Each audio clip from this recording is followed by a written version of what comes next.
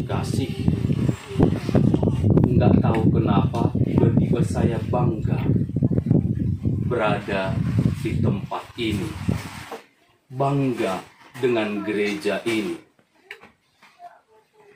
Gereja yang seperti ini sudah ada listriknya, PLN. Kemudian tanpa kipas pun terasa sejuknya angin. Benar, yang jarang sekarang kita rasakan betapa nikmatnya angin seperti yang tadi. Hati Amang Manurung. Kalau Amang Turni pastilah, karena daerahnya sini. Bagi kami orang-orang yang pelosok-pelosok ini merasakan angin yang seperti ini, sabasnya. Sabas dukaninangkan bahasa Jermannya, aduh, enak sekali. Berkaitan dengan kata bangga, Bapak Ibu. Ada survei yang bertanya kepada orang-orang Katolik, apakah Anda bangga menjadi orang Katolik? Pada umumnya mereka menjawab, kami bangga menjadi Katolik. Kenapa? Ada beberapa tingkat alasan. Alasan pertama mengatakan, kami bangga menjadi orang Katolik karena dalam Katolik lengkap sakramen-sakramennya. 7 sakramen yang menandai peristiwa-peristiwa hidup seseorang.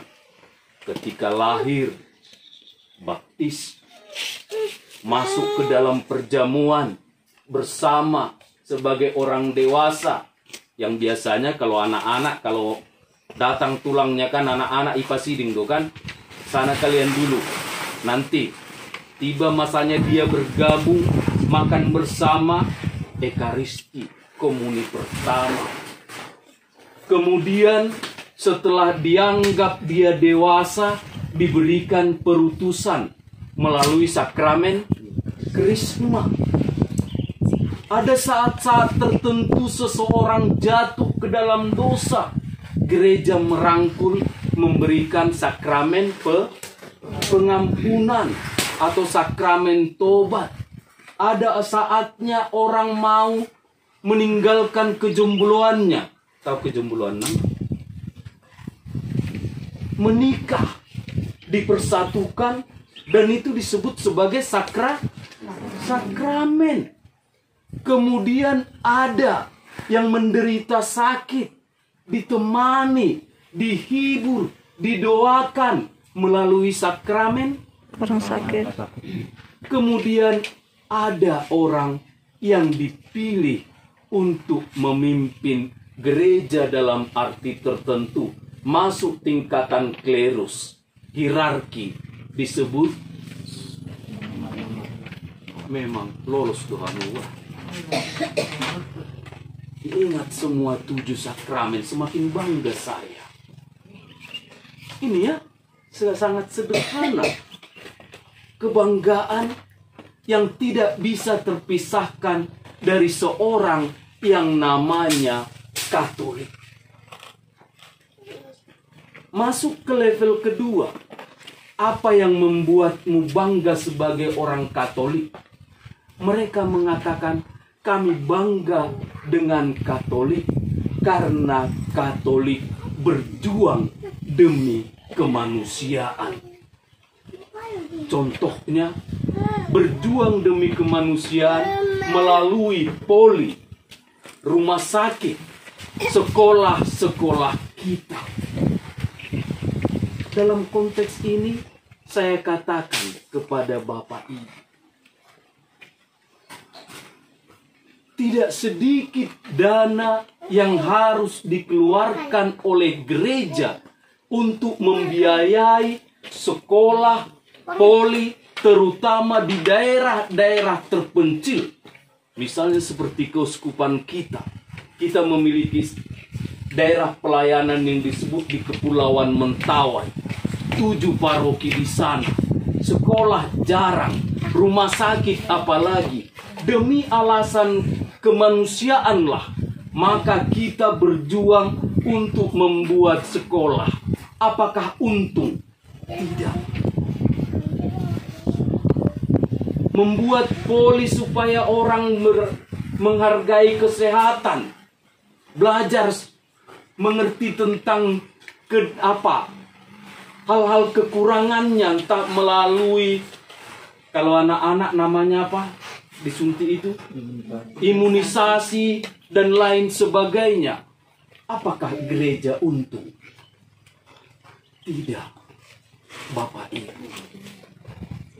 Mungkin di daerah besar lama-kelamaan, tetapi kalau kita berpikir misalnya dulu Poli Santo Yosef, sampai sekarang pun masih minus ya poli kita, sekolahlah misalnya, apakah ketika dibuka itu sekolah itu sudah mendapatkan untung? Tidak. Tetapi mengapa gereja mau terlibat dalam hal-hal seperti itu? Inilah yang disebut dengan karya perutusan. Dan karya perutusan itu selalu dibimbing dan dipenuhi oleh Allah. Orang beriman mengatakan, apalah artinya kecemasan kalau Tuhan menyertai. Saya ambil contoh ya Bapak Ibu ya. Bukan pajago-jagohon kalau saya pernah pergi ke tempat lain di luar sana. Tapi kebetulan pernah main-main. Kita masuk ke gereja, recehannya yang mereka punya, dan itu yang dikumpulkan. Walaupun recehannya tidak seperti kita ya. Di tempat lain recehannya disebut dolar atau euro. Itu kadang bunyi. Dan uang yang terkumpul itu walaupun sebagian sesuai dengan kemampuan. Ada yang memberi lebih dan ada memberikan sumbangan tetap supaya gereja tetap berjalan dalam perutusannya. Itulah dulu yang dikirim ke Indonesia yang disebut dana misi. Untuk membantu pelayanan. Untuk membantu tugas-tugas yang ada. Bukan membesarkan gereja secara bisnis. Dan saya katakan, kalau gereja sudah terlibat bisnis, dan orang-orang yang ada di dalamnya hanya berpikir untuk keuntungannya, gereja itu sesungguhnya sudah kehilangan akal sehat. Kehilangan jati diri. Seperti kitalah para pastor misalnya di tempat kita Bapak Ibu. Dengan pelayanan. Pergi ke suatu stasi, sampai di tempat tertentu, tidak serta-merta kolekte mencukupi untuk ganti minyak ya. Saya katakan aja, jujur. Untuk ganti minyak pun, apalagi beli rokok supirnya. Misalnya. Tetapi gereja harus must go on. Harus tetap tampil. Sebagai pembawa, pewarta keselamatan.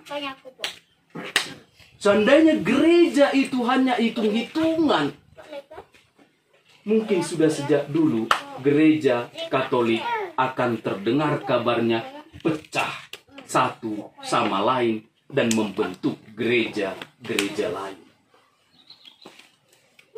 Tetapi sampai sekarang hierarkis itu benar masih terjaga. Kembali ke paroki, masalah paroki kita ya Bapak Ibu ya. Paroki jalan dengan karya-karyanya sampai saat ini karena apa? Karena kebaikan umat. Umat yang rela mendukung dengan berbagai cara. Selain berdoa, umat mengatakan, adong naniau, omak kusumbangkon tu gereja ini. Inilah saya sumbang. Itu yang terjadi Bapak Ibu di paroki kita. Gereja tidak pernah mengatakan persepuluhan. Adong ibigi kamu? Hah? Di tempat lain? Ada? Tidak. Gereja Katolik di tempat lain pun sama. Tidak pernah persepuluhan. Alai hubo tu nih bagas ruamu ini. Tidak. Tetapi gereja, kadang para pastor juga bisa melawak ya. Lihatlah para pastor itu, gara-gara umatnya lupa dia menikah katanya. Memang betul ya, karena umatlah pelayanan, maka berbuat demikian. Ini yang terjadi dalam kehidupan paroki kita sampai saat ini. Bangga menjadi Katolik tadi seharusnya menjadi kebanggaan kita, Bapak Ibu. Harus bahwa gereja diutus hadir di dunia sebagai pembawa keselamatan, bukan pembawa pertengkaran. Gereja diutus ke dunia justru memberitakan tentang Tuhan, bukan memberitakan tentang kebalikannya. Ibu Tuhanmu kan kebalikannya kan? Amin. Tuhan kamu udah pagajak ko nga. Ya. Itu yang kita wartakan, kebaikan Tuhan. Dan gereja itu bukan pastor Bapak Ibu. Jangan salah. Bukan. Gereja bukan suster. Gereja itu kita semua yang menerima baptisan dan disatukan dalam gereja. Dan apa? Sebagai satu gereja dengan berbagai pengertian dalam katekismus. Ada yang disebut gereja itu bahtera. Ada yang disebut gereja itu kandang. Ada yang disebut gereja itu komunitas. Tetapi berbagai macam penggambaran tentang gereja mau mengatakan, mari kita yang adalah gereja harus sehati, seperasaan. Persis dalam kitab Kisah Para Rasul, mereka hidup sehati dan sebagai umat, sebagai orang yang percaya kepada Allah Bapa mereka bersama. Kita yang adalah penanggung jawab, pelaksana di tempat kita. Saya coba masukkan ke dalam bacaan hari ini. Kita dipilih oleh Allah, terutama para pengurus. Walaupun main tuluk-tuluk ya, misalnya tuluk-tuluk dotahe, siapa yang apa mau jadi pengurus? Si Anuma, itu ya, proses di tempat-tempat tertentu. Dan di kita pun, kan tidak melalui kertas kan kita kan? Langsung kan?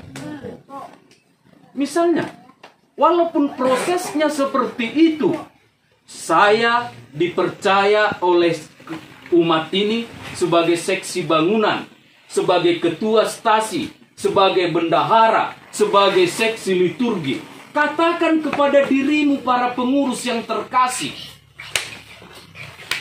mereka yang memilih, tetapi sesungguhnya Allah lah yang memilihmu memiliki nilai lebih pada hari ini.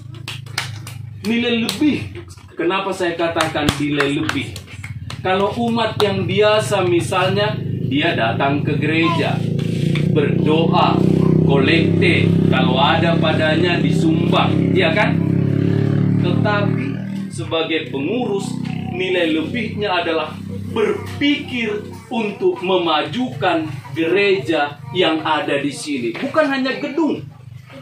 Para pengurus pun karena sehati sejiwa harus mulai berdiskusi tentang sesuatu.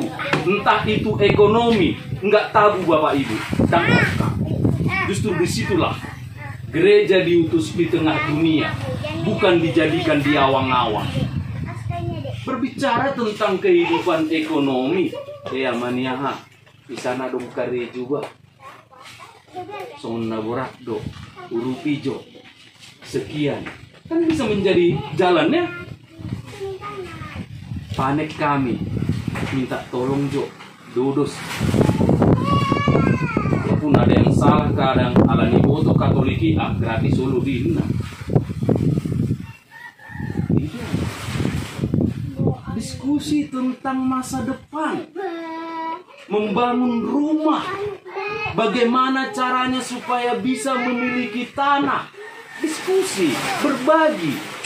Kita akan menjadi orang Katolik yang egois kalau kita hanya mengumpul harta untuk diri kita sendiri.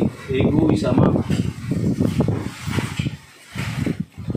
Kita hanya menjadi orang Katolik yang kurang percaya kepada Tuhan kalau kita hanya memikirkan untuk keluarga kita sendiri tanpa mau tahu dengan orang lain.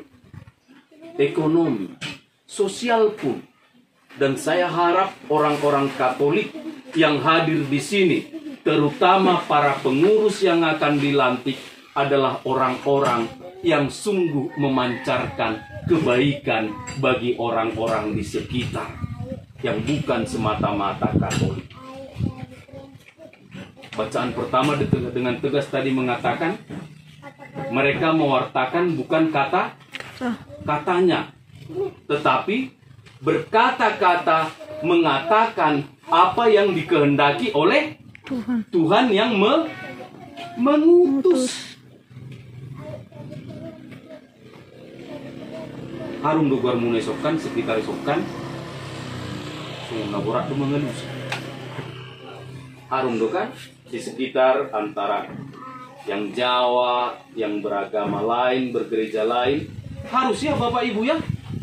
Mailah itadak kolak kamu mailahami pe paroki pusat akan menjadi malu kalau dikatakan ini baru Katolik sih katanya. Akan sangat menyakitkan karena kita mengkhianati jati diri kita yang dipanggil, diutus untuk orang-orang lain. Kepada para pengurus yang telah terpilih,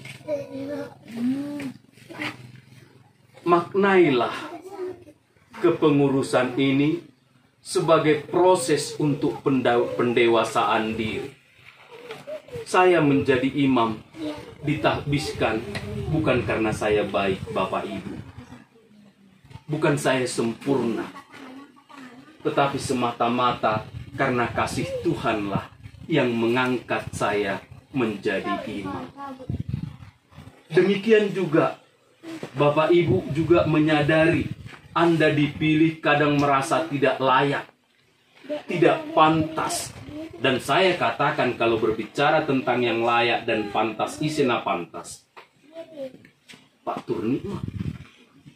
Ibu rukun nasi datang pantas apa story ini pasti. Ido kan aman kan? Ido? Mangihu doang. Kopi pasti. Memang semua kita akan merasa tidak pantas. Tetapi mari kita maknai bahwa kepengurusan kita ini adalah proses untuk berkembang, untuk menjadi dewasa.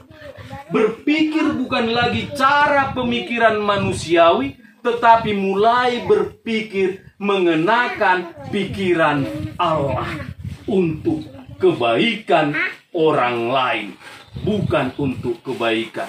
Di tempat lain saya kagum, bangga luar biasa, juga mungkin di tempat ini, berhadapan dengan para pengurus Bapak Ibu. Sudah berhadapan dengan masalah perkawinan, yang mau baptis, dan lain sebagainya, dan harus juga ke paroki. Tidak cukup itu, dan dari mereka pun dukungan yang lain mengalir. Tetapi mereka mengatakan, Pastor, odo nabui terbaik kami. Mereka mengatakan tidak pernah membanggakan diri ya. Orang-orang Katolik yang saya banggakan. Tenang-tenang. Ikut ambil bagian, merasa bahwa paroki ini, gereja ini, dengan segala karyanya menjadi tanggung jawab bersama. Karena itu, para pengurus, mohonlah kepada Tuhan rahmat kerendahan hati, kesetiaan, kebijaksanaan. Karena pengalaman pahit sudah banyak. Hanya gara-gara masalah sedikit, mundur. Hanya gara-gara hal tertentu, mundur. Saya katakan, adik, ini merendahkan diri kita sendiri. Merendahkan martabat kita. Karena tugas perutusan, saya katakan tadi, mungkin dipilih oleh orang lain, tetapi pada hari ini kita harus katakan, saya menjadi pengurus karena dipilih oleh Tuhan.